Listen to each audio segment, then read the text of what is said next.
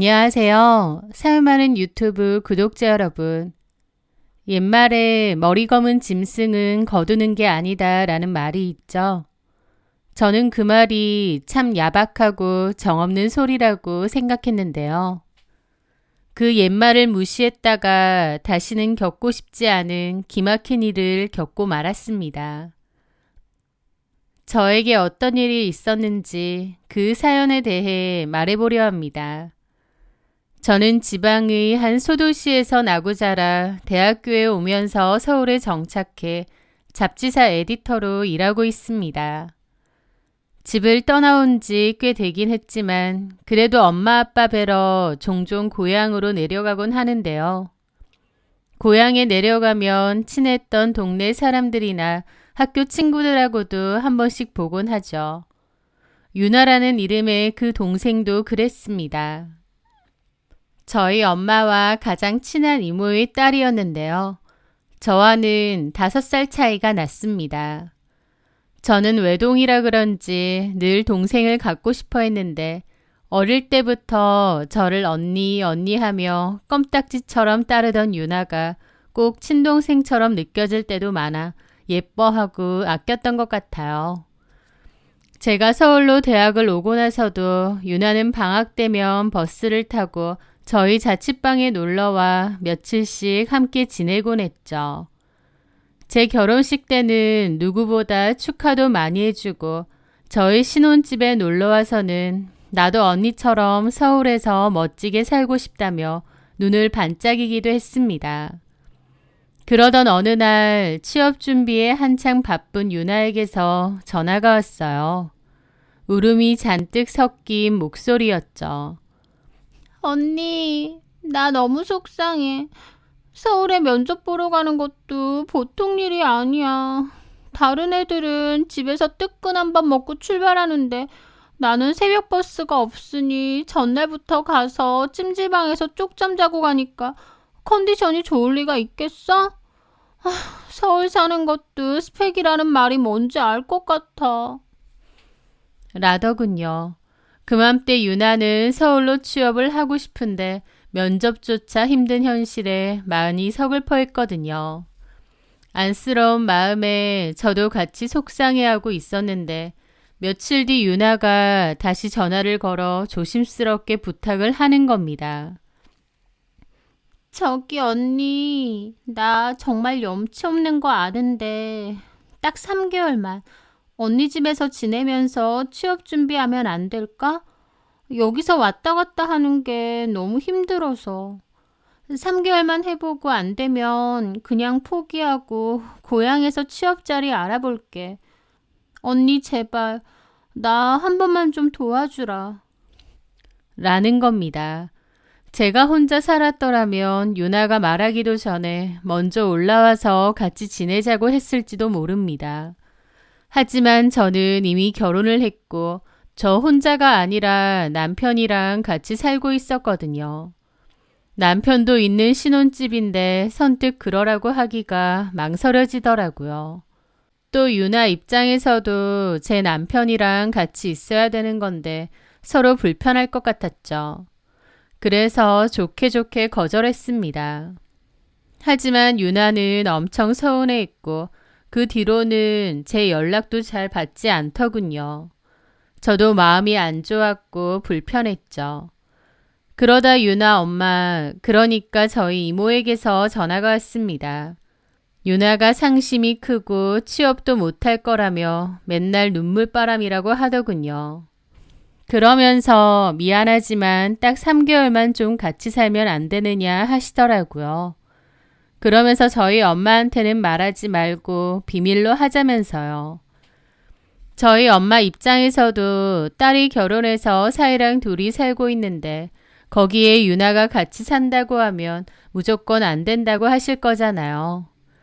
그러니까 저희 엄마한테는 말하지 말고 좀 그렇게 해주면 안 되겠느냐고 간곡히 부탁하시는 거죠. 유나에 이어 이모까지 그렇게 부탁하니 저도 마음이 약해졌고 남편에게 물었습니다. 그런데 마음 넓은 남편은 딱 3개월이라니까 우리가 좀 도와주자. 사실 3개월이면 방 구하기도 좀 애매하긴 하잖아. 모르는 사람도 아니고 당신한테는 친동생 같은 애라며. 난 괜찮아. 어차피 회사 다닌다고 집에도 저녁밖에 없는데 뭐. 라며 흔쾌히 허락해 주었습니다. 저는 남편에게 이해해줘서 너무 고맙다고 하면서 유나에게 저희 집에 와서 3개월 정도만 지내라고 했어요.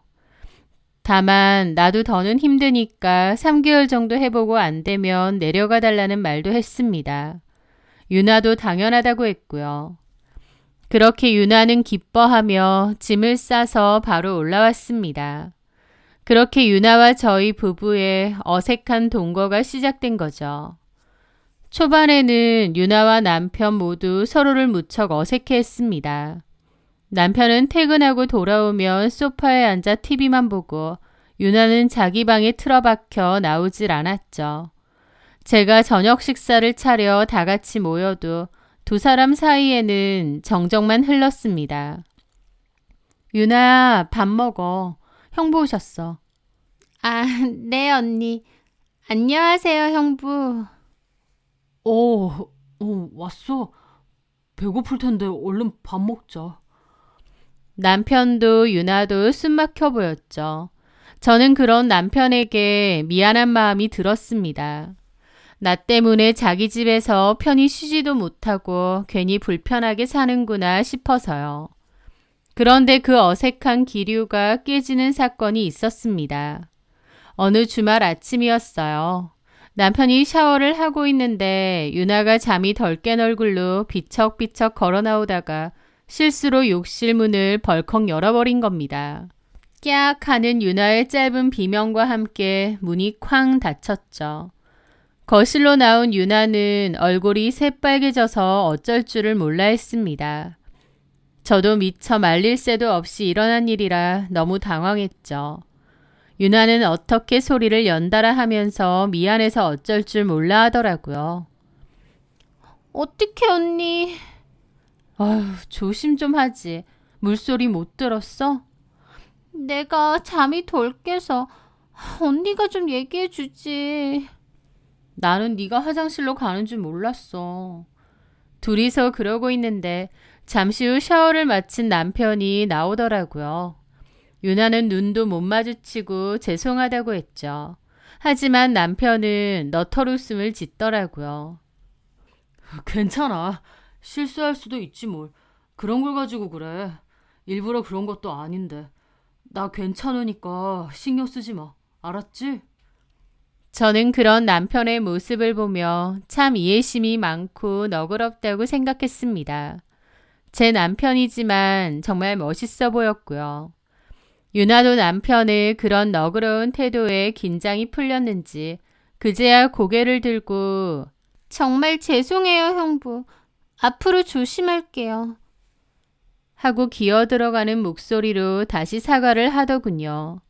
그냥 웃고 넘어갈 만한 해프닝 같은 일이었죠. 그런데요, 그 후로 참 이상하더라고요. 공교롭게 그 욕실 문 사건 이후로 두 사람의 관계가 눈에 띄게 편안해진 거예요. 어색했던 침묵은 사라지고 거실에는 두 사람의 웃음소리가 자주 들려왔던 거죠. 이제는 저녁을 먹으면서 서로 장난도 치고 제가 알아듣지 못하는 이야기를 하기도 했습니다. 형부, 저번에 시켜 먹었던 그 아구찜 진짜 맛있었는데 오늘 저녁에 그것도 시켜 먹어요. 아, 그거? 좋지. 콜. 저는 언제 저렇게 두 사람이 친해졌지? 둘이서 아귀찜은 또 언제 시켜 먹은 거야? 싶어서 조금 의아하긴 했습니다. 하지만 어색하게 지내는 것보다는 서로 편해진 게 다행이다 싶었죠. 그때는 몰랐습니다. 제가 베푼 그 호의와 너그러움이 두 사람이 더 깊은 관계가 될 빌미를 제공하게 될 줄은요. 그 이상한 낌새를 본격적으로 눈치챈 건 저희 아파트 상가에서 세탁소를 운영하는 사장님 덕분이었습니다. 야근을 내내 하다가 오랜만에 집에 일찍 가는 길에 남편 와이셔츠를 찾으러 세탁소에 들렀습니다. 그런데 사장님이 저를 보며 무언가 할 말이 있는 듯 머뭇거리시더라고요. 저기 세대, 혹시 집에 무슨 일 있는 거 아니지?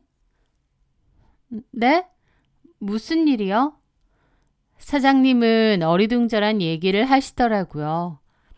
아이고, 내가 괜히 분란 만드는 건 아닌가 싶은데 자기 남편 요새 뭐 이상한 거 없어? 그게 무슨 말씀이세요? 실은 내가 며칠 전에 자기 남편이랑 어떤 젊은 아가씨랑 팔짱을 끼고 지나가는 걸 봤거든. 둘이서 뭐가 그렇게 좋은지 웃음이 끊기질 않더라고. 여기 아파트 정문으로 같이 들어가던데? 저는 그 말을 듣는 순간 유나인가 싶었습니다. 혹시 그 여자 단발머리였어요? 아마 그랬던 것 같아. 키는 자그마하고 아주 발랄하게 생겼던데. 역시나 유나였습니다. 집 근처에서 만났으면 같이 들어갈 수는 있는데 팔짱이라니요. 그건 좀 이상하더라고요. 아는 사람이야? 사장님의 물음에 저는 일단 적당히 둘러댔습니다. 괜히 안 좋게 소문이 나면 안 되니까요. 집에 같이 사는 남편 사촌동생이에요. 어릴 때부터 미국에서 살다 와서 성격이 좀 개방적이라 저한테도 그래요. 그래. 사촌동생? 아이고, 난 또 괜히 오해했네. 미안해, 세대. 아니에요, 뭘. 저는 그렇게 둘러대긴 했지만 마음속은 폭풍처럼 휘몰아쳤습니다.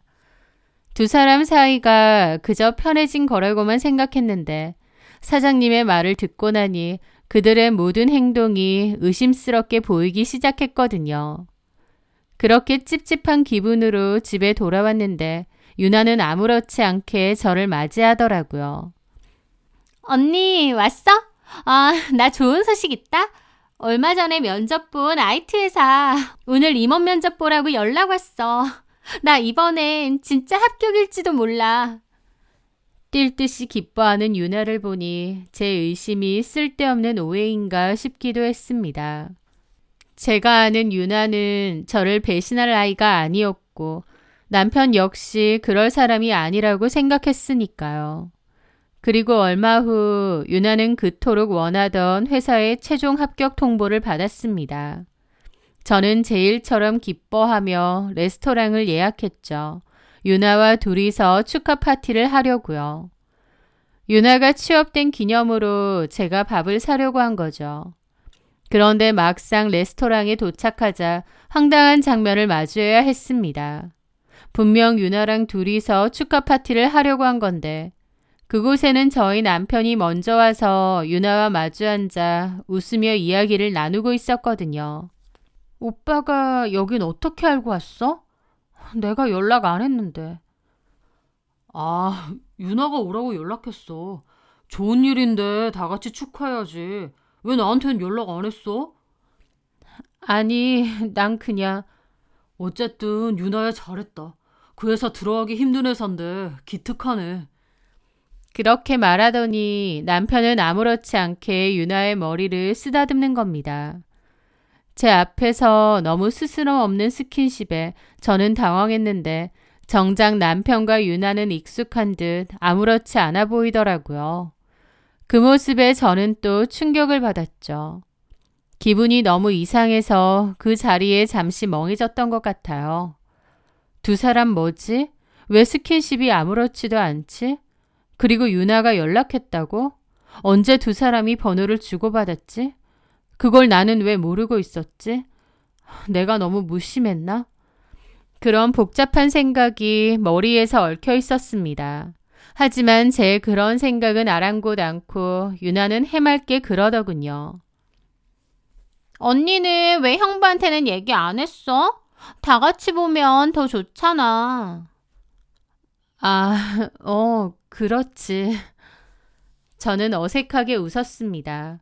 하지만 기분은 너무 불쾌하고 안 좋았죠.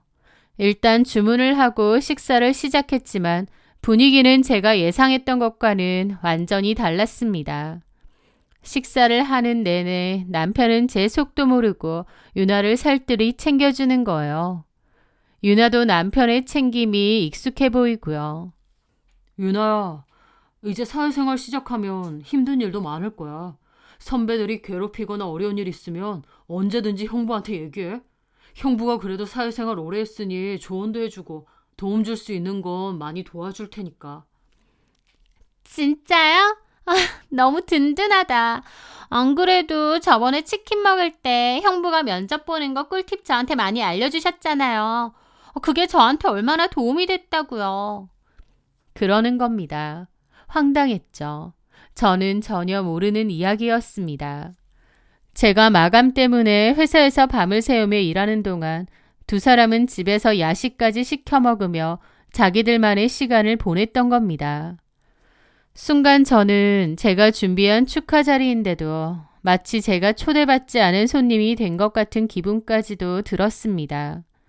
그 정도로 그 두 사람이 오히려 가까워 보였거든요. 내가 너무 예민한 건가? 그 생각만 하면서 애써 미소를 지으며 스테이크를 써는데 남편이 또다시 유나에게 말을 걸었습니다. 이제 취업도 됐으니 돈 열심히 벌어서 형부 같은 남자 만나서 시집 가야지. 에이, 형부 같은 남자가 세상에 또 어디 있겠어요. 자상하고 능력 있고 유머 감각까지. 그러고 보면 언니는 진짜 전생에 나라를 구했나 봐요. 예전에 고향 살 때도 언니는 늘 똑똑하고 잘나 보였거든요. 아, 언니는 항상 좋은 선택만 하는구나. 그런 생각 많이 했는데 형부 같은 남자 선택한 거 보면 결혼까지 진짜 잘한 것 같아요. 언니 안목 최고. 아, 무슨 그렇게까지 사람을 띄워줘. 부끄럽게. 그리고 유나 너도 좋은 사람 만날 수 있어. 너도 얼마나 괜찮은 여잔데. 라면서 서로 칭찬하고 난리 났더라고요. 심지어 유나는 그렇게 말하며 남편에게서 눈을 떼지 못했고 저는 그것을 분명히 보았습니다. 그 노골적인 시선과 칭찬에 남편 역시 아주 만족스러운 표정을 지었고요. 이것들이 진짜 뭐 하나 싶더라고요. 저도 자리 잡으면 딱 형부 같은 스타일 좀 소개시켜주세요. 알았죠? 알았어. 저는 더 이상 참지 못하고 대화에 끼어들었습니다. 음식 식겠다. 어서 먹어. 하지만 두 사람은 제 말을 못 들은 척 자기들의 대화를 이어갔습니다. 형부가 우리 유나 좋은 사람 생길 때까지 옆에서 든든하게 지켜줘야겠다. 진짜요? 약속하세요. 유나는 남편을 향해 새끼손가락까지 내밀었고 남편은 웃으며 그 손가락을 걸었습니다. 그 모습을 보는 순간 포크를 쥔 제 손에 힘이 들어갔습니다. 제가 아는 유나는 아무리 친해도 형부에게 저렇게까지 꼬리를 치며 애교를 부리는 아이가 아니었습니다. 그런데 어딘가 모르게 저를 은근히 약올리는 듯한 그 말투와 눈빛, 그 모습이 제가 알던 유나 같지 않고 몹시 낯설고 불편하게 느껴지더군요. 그날 저녁은 제 인생에서 가장 길고 맛없고 불쾌한 식사 시간이었습니다. 그 일이 있고 며칠 뒤 남편이 제게 말하더라고요. 여보, 유나 말이야. 이제 취업했으니 돈 좀 모아서 집 구할 때까지는 우리가 데리고 있는 게 어때? 당장 살 곳 구하기도 힘들고 아무데나 보낼 수도 없잖아. 저는 그 말에 놀랐습니다. 예전 같았으면 제가 먼저 했을 그 말을 남편이 먼저 꺼내니 뭔가 섬뜩하더군요. 우리가 왜? 3개월만 봐주기로 한 걸로 서로 약속했잖아. 이제 취업했으면 자기 살 곳은 알아서 찾겠지. 저는 저도 모르게 냉정한 말이 튀어나왔습니다. 남편도 놀란 표정이더라고요. 뭘 그렇게 냉정하게 말해. 남도 아니고. 왜 남이 아니야. 막말로 친동생도 아닌데. 그냥 고향 선배 언니인데 3개월 살게 해준 거면 넘치게 다 해준 거지. 이제 지가 알아서 하라 그래. 아유, 무섭다 자기. 유나한테 뭐 화난 거 있어? 화날 게 뭐 있어. 애초에 3개월 살기로 약속했으니까 이제 나가는 게 맞다 이거지. 말 나온 김에 얘기해야겠네. 저는 그날 바로 유나에게 집을 알아보라고 통보했습니다. 그런데 유나는 몹시 섭섭하다는 얼굴로 당장 어떻게 집을 구하느냐고 불쌍한 표정을 짓더라고요. 하지만 저는 더 이상 그 둘을 한 집에서 보고 싶지 않았습니다. 그렇게 저는 유나에게 나가서 살 것을 통보했는데 그날 밤이었어요. 저는 잠을 자다가 문득 목이 말라서 잠시 깼는데 옆자리에 남편이 없더라고요. 그런데 거실에서 무슨 소리가 들리는 겁니다. 이게 뭐지 싶어서 나가봤다가 경악을 했어요. 남편과 유나가 거실 소파에 같이 앉아있고 유나가 집 구하는 게 힘들 것 같다며 그러고 있는 겁니다. 남편은 옆에서 저한테 잘 얘기해보겠다고 위로하고 있고요. 이 늦은 시간에 둘만 거실에 앉아서 뭐 하는 건가 싶어서 경악스럽더라고요. 당장이라도 뛰쳐나가 지금 뭐들 하는 거냐 따지려다가 가까스로 참았습니다. 어쩌면 저 둘 사이가 내가 생각하는 것 이상의 사이일지도 모른다는 생각이 들었거든요. 그 생각이 들자 가슴이 철렁하더군요. 그러면서 여기서 내가 나서면 내가 집 나가라고 한 것 때문에 위로해 주는 거 아니냐면서 뻔뻔하게 나올 것 같았습니다. 그래서 저는 순간 욱하는 감정을 누르고 다시 침대로 돌아왔죠. 당연히 잠은 오지 않았고 저 두 사람 사이가 뭘까 내 눈으로 직접 확인해야겠다는 생각이 들었습니다. 이렇게 찝찝한 기분으로 전전긍긍할 바에야 차라리 어떤 방식으로든 진실을 확인하는 게 나을 것 같더라고요. 그리고 저는 그날 당장 인터넷으로 크기가 아주 작은 녹음기를 주문해서 회사로 받았습니다. 그리고 다음 날 거실 책장에 녹음기를 켜둔 채 잘 숨기고 출근했죠. 그날따라 일이 손에 잡히지 않았습니다. 아무것도 아니기를, 제발 내 의심이 틀렸기를 빌고 또 빌었어요. 일부러 밤 10시가 다 되어 집에 들어갔고 새벽이 되기를 기다려 몰래 녹음기를 빼내어 작은 방으로 갔죠. 노트북에 연결하고 이어폰을 챙겨 떨리는 손으로 녹음 파일을 재생시켰습니다. 남편이 먼저 퇴근한 듯한 소리가 들렸고 곧이어 전화하는 소리가 들렸습니다. 나 집에 왔어. 지금 오고 있어? 저녁에 닭도리탕 시켜 먹을래? 알겠어. 내가 시켜둘게. 빨리 와. 저한테 한 전화가 아니었습니다. 남편은 그날 저에게 카톡만 했었거든요. 그러면 당연히 유나에게 하는 전화였습니다. 기가 막히더라고요.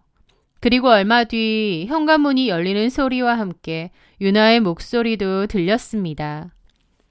오빠, 나왔어. 유나는 제가 없을 때는 남편을 형부가 아니라 오빠라고 부르더라고요. 그것도 어이가 없는데 뒤이어 남편의 말은 더 가관이었습니다. 우리 애기 왔어? 힘들었지? 괜찮아. 닭도리탕 시켰어?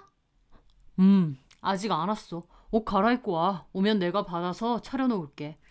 땡큐 오빠. 남편은 유나더러 애기라는 애칭까지 부르면서 엄청나게 가깝고 친해 보였습니다. 제 예상처럼 그 둘은 보통 사이가 아닌 듯 했죠. 심장이 터질 듯이 뛰더라고요. 저는 좀 더 그 두 사람의 녹음에 집중을 했습니다. 잠시 후 두 사람이 밥을 먹으며 나누는 대화 소리가 들려오는데 그 내용이야말로 충격 그 자체였습니다. 아, 이러고 있으니까 꼭 신혼부부 같다. 그치? 그러게. 너무 좋지 않아? 너무 좋긴 한데, 오빠 와이프 자리 내가 확 뺏어버릴까? 그럴 수 있으면 그래봐. 솔직히 오빠도 언니보다 내가 더 좋지 않아? 그렇긴 한데. 오빤 나를 먼저 만났어야 돼. 그랬으면 이 집 주인도 내가 되는 건데. 그런데 나는 이제 이 집에서 나가야 되네. 언니가 쫓아내서. 내가 너 계속 같이 살면 안 되냐고 물어보는데 절대 안 되겠더라. 나 언니가 그 말하는데 얼마나 짜증난 줄 알아? 자기 집이라 이거지? 정작 지 남편은 내 건데. 유나의 말을 듣는데 온몸이 떨리고 머리가 어질어질했습니다. 이게 정말 내가 친동생 마냥 아끼고 챙겼던 유나가 맞나 싶더라고요. 게다가 거기서 남편은 좋다고 실실대고 있고요. 오빠, 그냥 언니랑 이혼하면 안 돼? 그리고 나랑 살자. 어떻게 그래? 결혼한 지 얼마나 됐다고. 언니보다 내가 좋다며.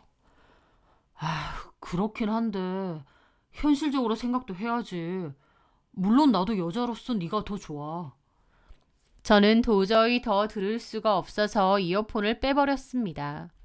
믿었던 두 사람에게 받은 배신감에 숨이 쉬어지지 않는 거예요. 당장이라도 뛰쳐나가 두 사람의 머리채를 잡고 무릎 꿇리고 싶었지만 참고 또 참았습니다. 이럴 때일수록 섣불리 행동하면 안 된다는 걸 알았거든요. 그날 이후 저는 지독한 몸살을 앓았습니다. 몸보다 마음이 더 아프고 괴로웠죠. 그 와중에도 남편과 유나는 제 옆에서 걱정하는 척 연기를 하더군요. 그 모습이 너무나 역겨웠습니다. 저는 이를 악물고 더 확실한 증거를 잡기로 했습니다. 며칠 뒤 몸이 회복되자 저는 거실 책장 액자 사이에 작은 녹화캠을 몰래 설치했습니다. 음성 말고 아예 영상으로 찍기로 한 거죠. 그리고 두 사람에게 야근 때문에 늦는다고 거짓말을 했고요. 그날 밤 제가 확인한 영상 속에서 두 사람은 아주 행복해 보였습니다. 제가 없는 저희 집 거실에서 제 소파 위에서 두 사람은 한 몸처럼 뒤엉켜 있었거든요. 남편은 제게 한 번도 보여준 적 없는 아주 다정하고 끈적한 눈빛으로 유나를 바라보고 있었고 유나도 마찬가지더라고요. 두 사람은 서로를 껴안고 스킨십하고 아주 난리가 아니었습니다. 그들이 앉아 서로 껴안고 난리 부르스를 치는 그 자리는 제가 늘 남편 옆에 앉아 함께 TV를 보던 바로 그 자리였죠. 오빠, 언니는 우리가 이러는 거 꿈에도 모르겠지? 그렇겠지? 좀 둔한 사람이잖아. 두 사람은 저를 조롱하며 다시 스킨십을 벌였습니다. 저는 속에서부터 역한 것이 치밀어 올라 화장실로 달려가 헛구역질을 했습니다. 눈물도 나오지 않았습니다. 너무 큰 충격과 배신감 앞에서는 눈물조차 사치였습니다. 오직 차가운 분노만이 제 온몸을 휘감았죠. 저는 그 영상을 제 휴대폰에 저장하면서 이를 바득바득 갈았습니다. 내 인생이 망가지는 한이 있더라도 저것들의 인생도 반드시 내가 겪은 고통의 몇 배로 망가뜨려 주겠다고요. 그날 밤 저는 뜬 눈으로 밤을 새웠습니다. 그리고 다음 날 아침 아무것도 모르는 척 주방으로 나갔을 때 먼저 일어나 아침을 먹고 있는 두 사람의 뒷모습을 보았습니다. 언니, 어제 늦게까지 일했어? 피곤해 보여. 그러게 여보. 얼굴이 왜 이렇게 안 좋아? 과로하지 말고 쉬엄쉬엄해. 저를 걱정하는 척하는 그 위선적인 모습에 저는 그 자리에서 소리를 지르며 모든 걸 뒤엎어버리고 싶었지만 가까스로 참아냈습니다. 지금은 때가 아니었거든요. 그리고 저는 그날 바로 회사에 연차를 냈고 유능하다는 이혼 전문 변호사의 사무실을 찾아갔습니다. 상담실에 마주 앉은 변호사 앞에서 저는 아무 말 없이 제 녹음과 영상을 재생시켰습니다. 음성 녹음 파일과 영상을 다 본 변호사님은 안경을 고쳤으며 낮은 목소리로 말했습니다.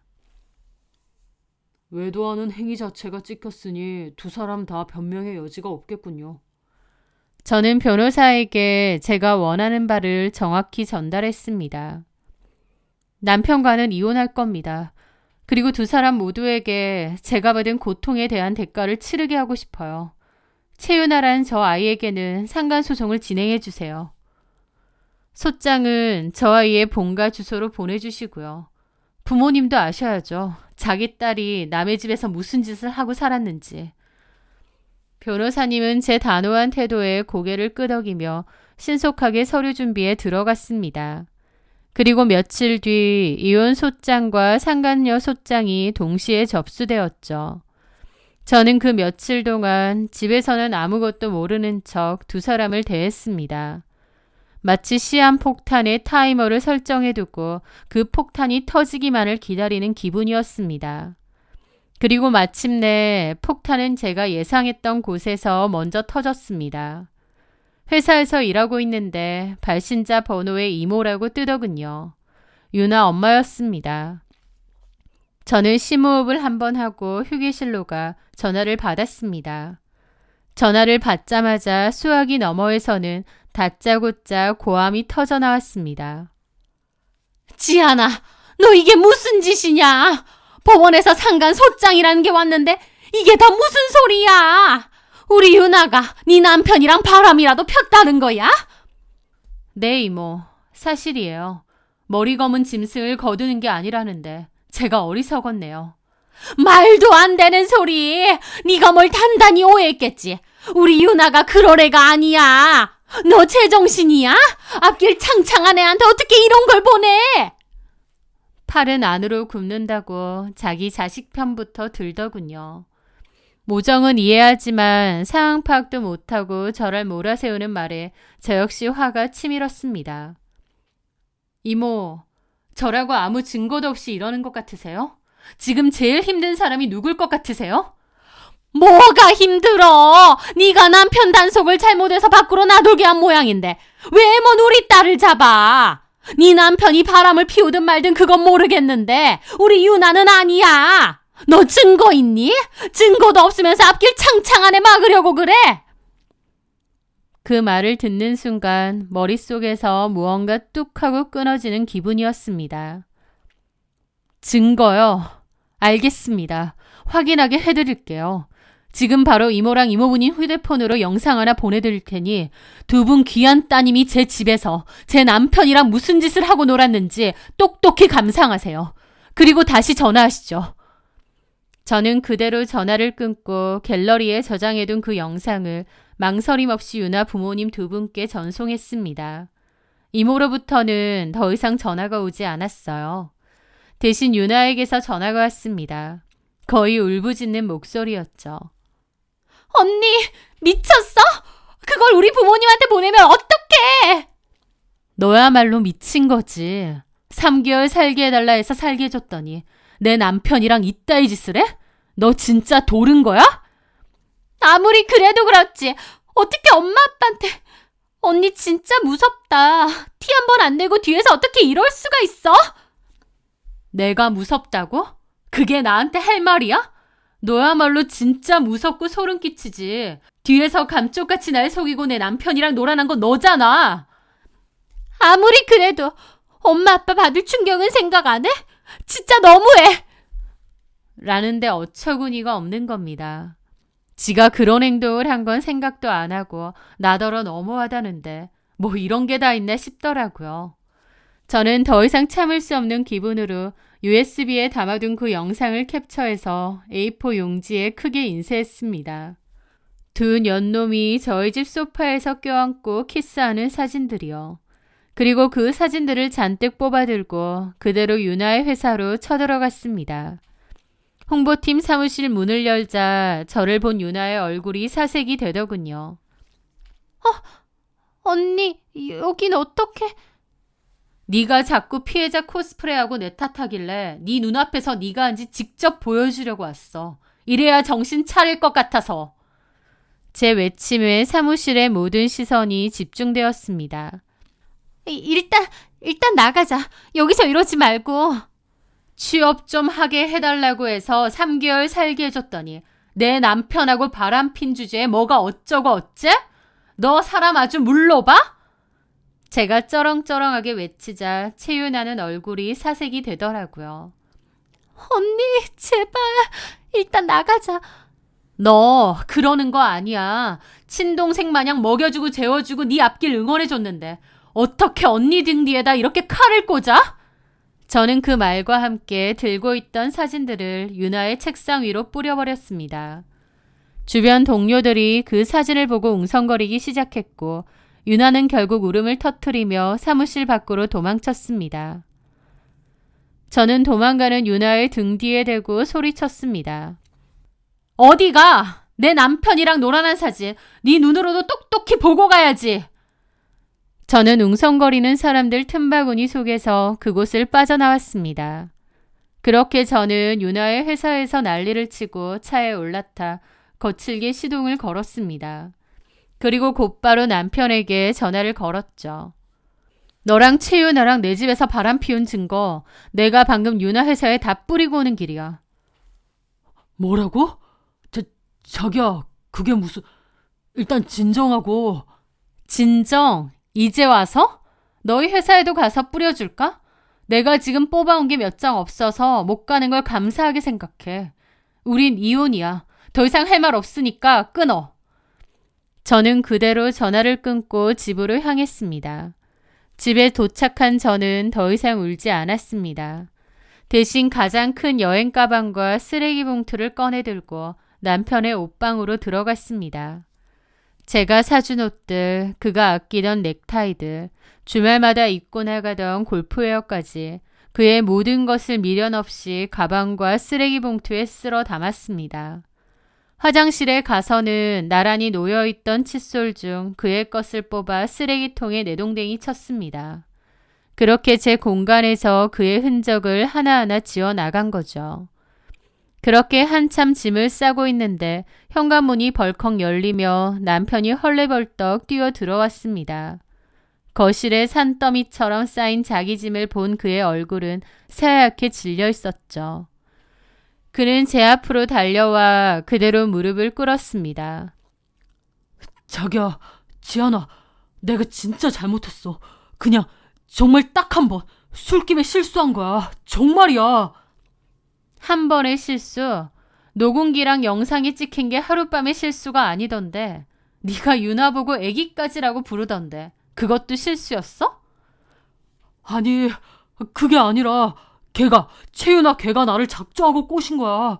자꾸 힘들다고 술 사달라고 하고 밤늦게 카톡 보내고 일부러 스킨십하고. 나도 남자인데 어떻게 그래. 당신도 알잖아. 걔가 얼마나... 바로 그때였습니다. 현관문이 다시 한번 벌컥 열리며 얼굴이 눈물 콧물로 범벅이 된 유나가 들이닥쳤습니다. 뭐? 내가 꼬셔? 오빠가 먼저 나 좋다고. 와이프보다 내가 100배는 더 예쁘고 여자 같다고 했잖아. 남편은 유나를 보자마자 벌떡 일어나 소리쳤습니다. 이 미친년아, 내가 언제? 네가 먼저 이혼하고 장이랑 살자고 나한테 맨날 매달렸잖아. 너 때문에 이게 다 뭐야? 뭐? 웃기지 마. 오빠가 먼저 언니는 둔하고 여성스럽지도 않아서 같이 사는 거 재미없다고 했잖아. 야, 웃기지 마. 네가 먼저 나한테 꼬리 쳤잖아. 라면서 서로 삿대질하고 싸우는데 아주 개판 그 자체였습니다. 두 사람은 서로에게 책임을 떠넘기며 저를 가운데에 두고 삿대질과 고성을 주고받았거든요. 저는 그 지옥 같은 아수라장을 잠시 지켜보았습니다. 그리고 단호한 목소리로 말했죠. 참 잘 어울린다. 그 순간 두 사람의 시선이 전부 제게로 향했습니다. 야, 채윤아, 네가 그렇게 원하는 내 남편, 너 가져. 그리고 당신이 그렇게 좋다는 채윤아랑 평생 살아. 그리고 이 집에서 당장 꺼져. 나 너랑 이혼할 거고 위자료 소송도 끝까지 갈 거야.